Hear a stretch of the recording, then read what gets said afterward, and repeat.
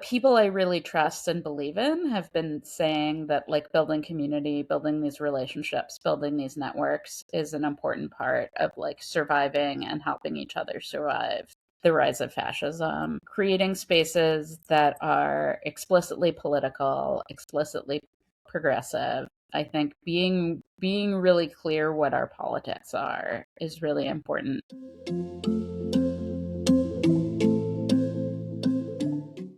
In this era of social media burnout and increasing isolation, people are more and more turning to third spaces, places outside of home where people can gather, linger, and connect. And art spaces are playing an important role of bringing people together to tap into their creativity. But what does it take to run such a space? How much money does it cost? What are the challenges and sacrifices, and also the benefits?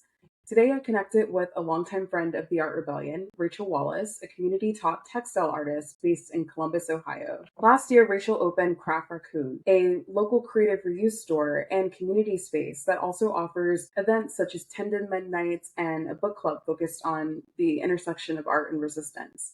And Rachel and I talked about her inspiration behind opening the store, the challenges of running a store, the economics of running a shop in the community space, also making that transition from artist to business owner. Thank you so much for joining me today, Rachel. I'm happy to have you here. Thanks for having me. It's always great to have a chance to talk about these things in addition to being like deep in doing them. Just to get us started, I'd just love to hear more about Craft Raccoon and what your inspiration was behind opening the shop. Yeah. Well, when I used to live in Chicago for many years, and there's a really incredible creative reuse store there called the Waste Shed. It's been open for more than 10 years. It has two locations, and it was just such a huge resource and inspiration for me in my work. And when I moved to Columbus, I was really aware of the lack of that kind of a resource here. And at the same time, I was working at sort of traditional fabric shop. I think a lot of people turn to crafts because they're burnt out on like hyperconsumption and consumer capitalism, but get caught up in another kind of hyperconsumption and consumer capitalism that the craft industry is really drawn on. I was just feeling as the years went on, like more and more aware of just the sheer quantity of stuff that was passing through my life that I was selling to people. And I would hear about people trying to get rid of, a lifetime's worth of accumulations. So the idea had been sort of spinning in my mind for a while about opening a creative reuse store. And a friend runs a really amazing hand-dyed yarn shop here called Dye Yarns. And they moved into a building and there was an opening on the other side of their building. So it's two storefronts in one building, and the other storefront had been vacant for many years. And they were just like, this is it. This is your time. You got to start a creative reuse store. And at the time my mom had passed, I was sort of deep in mourning. I was like, there's no way I can start a business right now, but I'm going to give myself 6 months. And if the new year comes and the spot is still open, then maybe it's meant to be. And it was. And so I opened Craft Raccoon.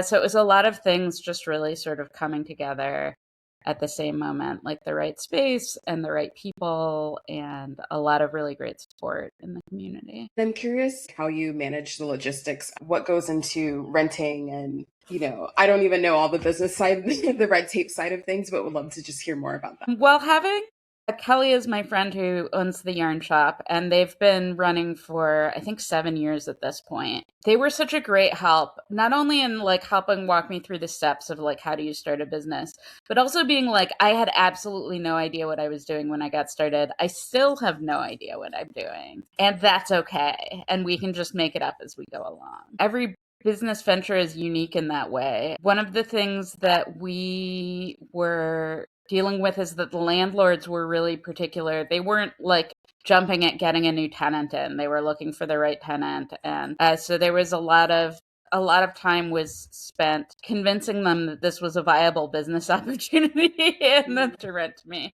So I was like writing a business plan for my landlord to try and convince them to rent to me. But a lot of it is, nothing worth doing is ever done alone. Something that Miriam Kaba says, and I really believe it. So a lot of it was just sort of asking questions and reaching out to community and finding people who are more than happy to help make this a reality. I'd love to hear more about like the economics of running your space, whatever you're comfortable sharing. Like how much does your rent cost? Like how much do you have to sell to like make rent and make a profit? Like what does being profitable mean? Yeah, how do you navigate the economics of a creative space? Yeah, well, when I first put together my business plan, I was working with a realtor, and I gave the business plan to the realtor to give to the landlord. And he was like, "You have to say you're going to make more profit than this." And I was like, I just want to break even. Like, I don't even, I'm just making these numbers up. And we blew those numbers out of the water. We've been really lucky. We opened, right as Joanne was closing. The neighborhood we're in is really underserved in terms of like arts and craft resources. So there's been a huge response from people. We've got a ton of people coming through every day. We're also lucky our rent is really low by Columbus standards. So we pay $1,300 a month. So that's $1 per square foot for the space that we have. And I don't think that I would have been able to, starting out, go into this. I mean, now we're at a point economically where we can think about, okay, when our lease is up, do we need to think about bigger spaces? And but knowing that like I was signing a 2-year lease, and even if everything was a catastrophe, $1,500 over 2 years like wouldn't destroy me. Our next biggest expenses is just people. So we have 4 employees. Two of us are full time, two of us are part time, and we pay $24 an hour because we really want it to be a living wage for Columbus. And that we started out at $16 an hour, and not every month, but pretty much every month, as we've seen like what the profits are, how things are going, what we can afford to do, we've increased that money. We're not able to give health insurance right now, but that's something that both ourselves and Dymad Yarns, our neighbors, are really thinking about. We're all lucky that we're all able to be insured through our partners, both there and here. But that's not the values that we have, and that's not like a viable long-term solution. So I think that's going to be the next big step, is thinking about health insurance, thinking about whether we would be able to start a health insurance cooperative with other small businesses in the area and offer those kinds of benefits. But yeah, taking on more staff. I mean, when we opened, it was just me, and like every hour that we were open, I was there. Being able to rely on other people, knowing that things will get done when I'm not there. It's really amazing. McLean, who's the other full-time employee, comes in on the days that we're off and deals with the backlog of donations. And that's just like wild to me to imagine that she's there right now. I'm like sitting in my living room and there's somebody going through the basement, like digging through everything that came in over the weekend. So that's been really fantastic. So pretty much everything that we sell is donated. So our expenses are really things like insurance, subscriptions, internet, that kind of thing. We buy a lot of Ziploc bags and rubber bands. Like that's our main to store things in as we put them out. And then our other really big expense for this year is going to be the basement. We got a fire code violation because the floor joists are exposed in our basement. We're not allowed to store anything there, which is a really huge part of our like functional business model. And it was not something that the landlord was interested in addressing. He was like, the lease doesn't say anything about the basement. If you want to make changes to that, you can, but my suggestion is you find someplace else to store your stuff. So we're putting in a ceiling and some walls into the basements to make us pass the fire code. And I think it's ultimately going to cost, we'll see at the end of the day, but I think it's ultimately going to cost about $10,000. But the great news is that we have the money to pay that. Again, we're working with a contractor I really like who shares our values. What better way to use this money for than to be able to function as a business? I'm curious, like, if you had to tap into your savings to have the startup costs to open Craft Raccoon and how that works? No, I had been really lucky about that. So we did a GoFundMe and that raised $5,000. And that was basically the opening expenses that we needed, this sort of cash on hand. We put in new lighting, that was like $2,000, and then buying shelving and things like that. So that money was able to pay for that. And then I had the year before I had set up a Patreon for a project called Year of Repair that was about looking at reuse and repair, restorative justice, mending. And the project had originally planned to be a lot larger. I had sort of fundraised for a larger project, and then my mom died, and it ended up being a much smaller project. So I also had about $4,000 left over from Year of Repair money that I had raised, and I had raised from individuals, so I didn't have like a grant that I needed to fulfill to use that for. So I was able to put that towards opening the store as well to give us a little bit of a cushion. So again, I was incredibly lucky. I was able to start paying myself from day one.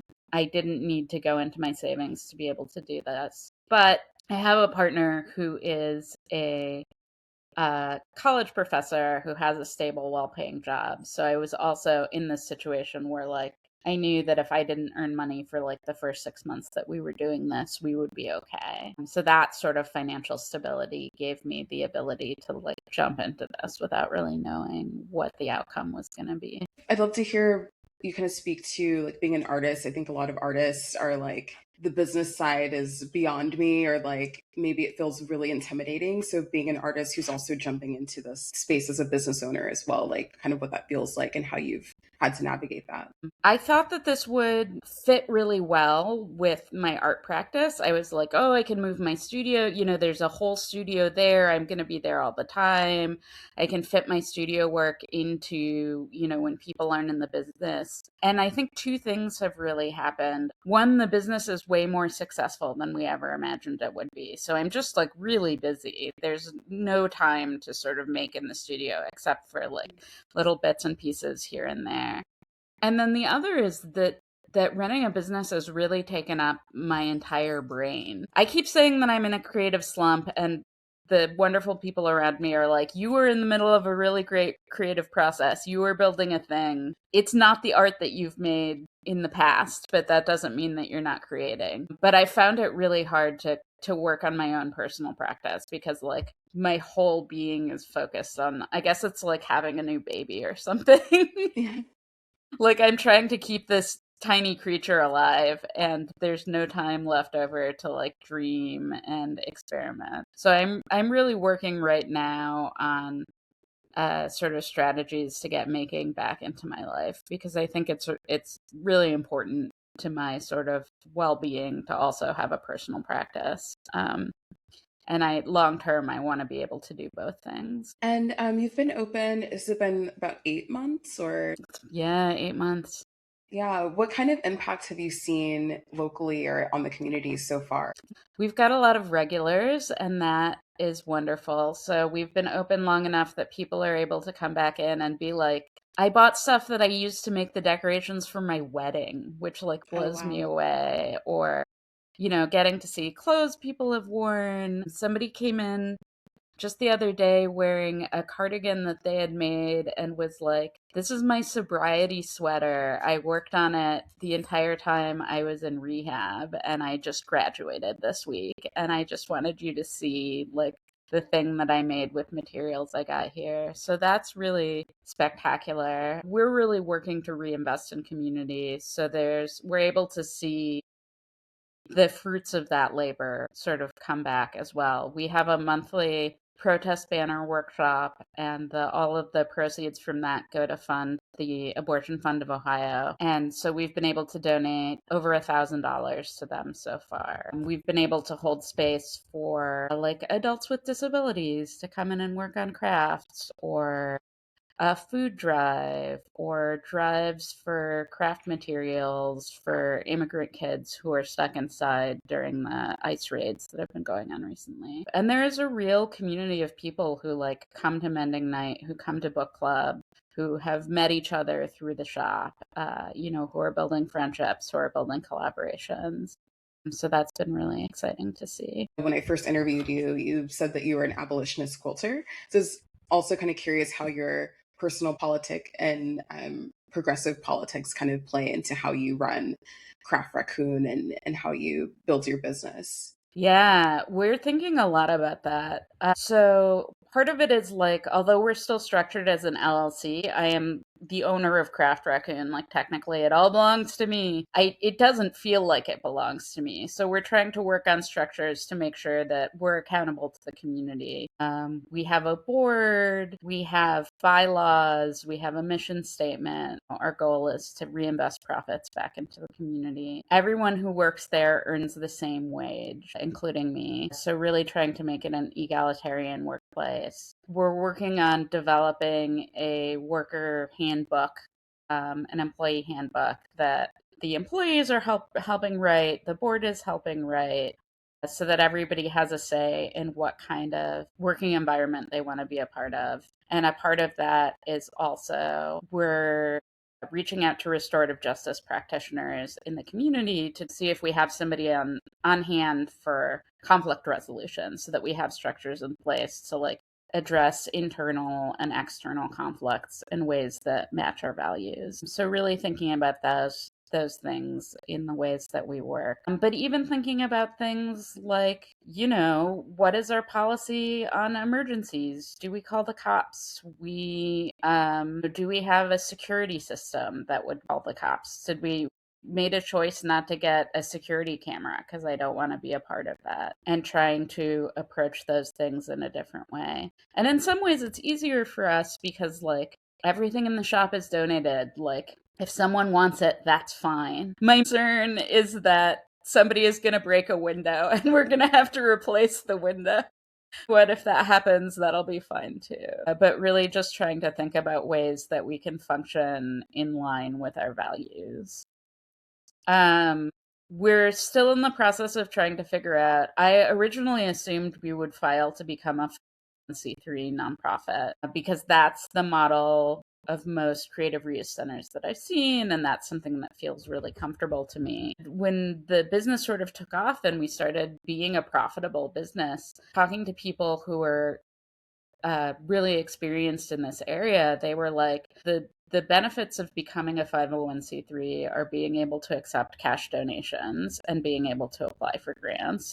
And if you don't need to accept cash donations and you don't need to apply for grants, like why invite that level of government oversight, of administration into your life? You can build an LLC that's still community based and accountable to community members without sort of going through these government structures that are there for you. We're giving it a year. We're thinking about this as the board. I don't know if this is the structure we're always going to be in. But yeah, we're trying to think really creatively like, how do we live as an organization, as a community, as an institution in line with our values the best ways possible? Yeah, I love that. And I also love thinking of like artists tapping into their creativity to maybe run businesses in different ways than what what we're used to. So that's super exciting to hear. I was going to ask about your donations, like if it took a while of like seeking them out before you could open, like yeah, how does that work? Like procuring the actual materials. Well, we were really lucky. Diamond Yarns, our neighbors, had a yarn swap in March of last year, before we had even signed the lease, when we were still in the process of getting open. And they ended up with just a ton more stuff than people took, that like people brought more than they took. And they held on to that for us. We started with this great backlog of stuff. And I also, my friend who runs a creative reuse store in Chicago had told me once, she was like, Rachel, you already run a creative reuse store. It's called your garage and you don't make any money from it. But like, you're doing all the things. So I had been taking in donations and trying to find places for it. I had a lot of stuff sort of stored up already. As soon as we announced in April of last year that we would be opening the store and started a GoFundMe, and donations started coming in. And I expected that they would be from people I knew. I have a big community here and a big community of makers. but really a lot of strangers have donated really amazing stuff. People really want stuff to be used. These are collections of a lifetime that people have invested a lot of time and care and money into, and they really want to know that it's going to somebody who's going to appreciate it and love it as much as they did. So in many ways we're providing a service to people, and we hear that, every day, that they're just like, I'm so glad that I'm not just dumping this off into the back room at Goodwill and with no idea whether it's ever going to make it out to anyone else's hands, or it's just going to go straight to the landfill. We deal a lot with loss, with people who have lost loved ones, and are looking to donate their supplies. So also just sort of being there for people in that time as they're trying to figure out the logistics of death, and all of that has been a real it feels like a privilege. And we've been talking about, just this weekend, we were talking about how cool it would be if we could figure out a way to like document what people were making, and match up donors and makers so that donors could see what got made out of the things that they donated. And I think the logistics of it would be insane, but recognizing that there's benefits on both sides of that community. And you mentioned a couple things. I'm curious, like if you had any other highlights or standouts in the time that you've been open that really just kind of felt like a spark of like, this feels right. Like I'm so glad that I opened the store. There have been so many moments like that. I really love like being able to collaborate with other craft businesses here has been really great. There's a really cool craft workshop space here in Columbus called Good Day Craft School. And they just recently went through their basement and they were like, their classes were not doing anymore that we have supplies for. And they brought a whole van load of stuff, but like really beautiful materials, beautifully organized, that just incredible like leather and trim and zippers. It really blew us away. It was such a generous donation, and it was so cool to come from, again, like another craft business that was like, we see you guys, we're in community together, we really want to support this. I just love when the exact right item finds the exact right person, especially like weird things. I was going through a donation and I was like, oh my God, there's a bag of bones. It was like a bag of tiny animal bones. And one of our regulars was like, what? And was like, came running over and was like, let me see the bag of bones, and immediately bought the bag of bones. We didn't even have time to put them out on the price, and made this like amazing necklace out of it, and came back in to show me the necklace. But I just love that like I'm surrounded by people whose response is like, sweet, a bag of bones, that's so cool. Yeah. And I just love people who come in. There's nothing I love more than people being like, I have a really weird request, or like, I have a weird project that I need help with. I need to make a fake campfire for a curling competition, or, I need to make part of my bedroom into an undersea scape. Being able to help people with that is really cool. And what advice would you give to other artists or creatives who have this dream or hope to open a community art space? For me, it's like really about the community part of it. There's absolutely no way I could have done this alone. Every part of it has been drawing on the experience, the ideas, the commitment, the sweat, the emotional support of the people around me. And the more that you can really like ask for help and tap into the community you have, the easier it's going to be. You kind of talked a little bit about this throughout of like your goals of how you can see Craft Raccoon growing, but maybe, yeah, like a year from now, what would you like, what do you envision for your space or what you offer or anything like that? Well, we're at the point where, again, together with Diamond Yarns, who are, as you cannot tell, are like best friends in this endeavor. But we're at this sort of joking phase of thinking about buying a building, but it might be in our future, I think. We both have another year and a bit left on our lease in this building. We really love sharing space with each other and being able to support each other and collaborate on projects. We just made a t-shirt together that's coming out soon. So the idea of having a bigger space, of having more room for community, more room for making, more room for classes would be really incredible. But really just like we're constantly thinking about how do we reinvest. We've been so lucky to be running a business that's generating a profit. And so how do we reinvest that profit in like really real ways back into the community? So with the new year, we started a sliding scale system for all of our classes. There are codes where no questions asked. You can get 25 or 50% off the class prices. And we had our first person ask for full scholarship. And we're excited to do that. We're looking at an artist residency program, and we're trying to figure out how we can do that.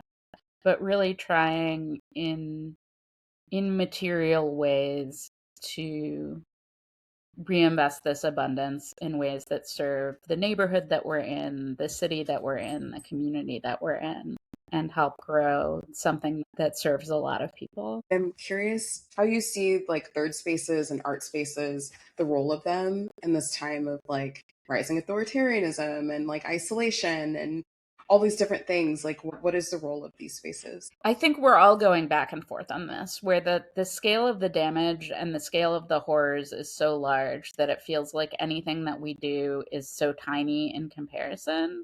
But people I really trust and believe in have been saying that like building community, building these relationships, building these networks is an important part of like surviving and helping each other survive the rise of fascism. So I think that is part of it. Creating spaces that are explicitly political, explicitly progressive. I think being really clear what our politics are is really important. And we hear a lot. I mean, we have the sample banner for our protest banner class says "fuck abortion bans," and it's just up on the wall in the shop. And we've only had good feedback about it. I'm sure there are people who have been put off by it. They're welcome to shop elsewhere. I'm sure they can go to Hobby Lobby. But also just creating spaces where people can come and talk about these questions and share ideas and generate projects. Our hope is to be an incubator for sort of acts of resistance and art that is working for justice. And I really hope we're doing that. But it feels like so little. So, our questions are like, how do we invest actual cash dollars into frontline groups that are doing the work? And again, we're trying to do that with fundraisers and with donation-based classes. And then how do we lend space to organizations who are doing this work so that they can, expand their work creatively and grow their skills and grow their audience? And then, how do we create community and strengthen these bonds between people so that they're more resilient and better able to resist the like tyranny and fascism that is growing around us? I love that. Yeah, I'm wrestling with the same questions of yeah, it's hard to not feel the sense of like what's the point when things are so large and our capacities for me like my capacity feels so tiny. So yeah, I love hearing that and I'm really excited for you. When SNAP benefits were cut off, we did a food drive again because it was this feeling of like, what is literally the least we can do? Sorry, my dog really wants to be a part of this interview.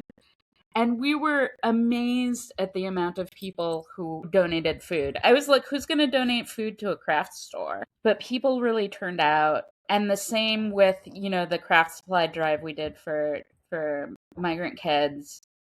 Every time we've created an opening for people to be involved in progressive work, our community has really turned out. And I think that there's like such a desire there to do something. We're all looking for like, what's our way to plug in? Yeah, I think those were all of my questions. Was there anything else that you wanted to add that I didn't ask? We bought a cigarette machine. So What's that? we're gonna have an art vending machine. Cool. Hopefully soon we're gonna invite local artists to sell like cigarette box sized art through the store.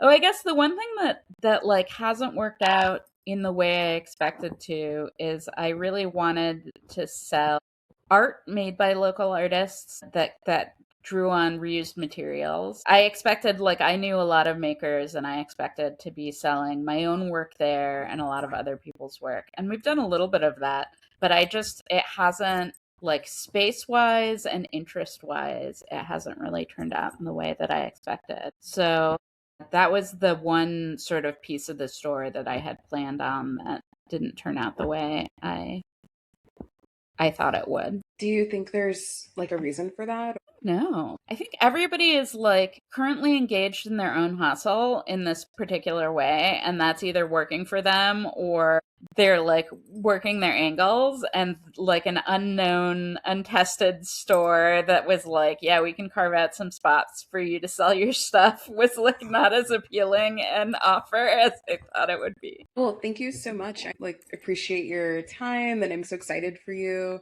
And I'm glad that we've continued to talk over the years. 'Cause I was looking back at when I interviewed you. I think it was 2022, like early 2022. So it's really cool to see some of your trajectory as well. It's really exciting.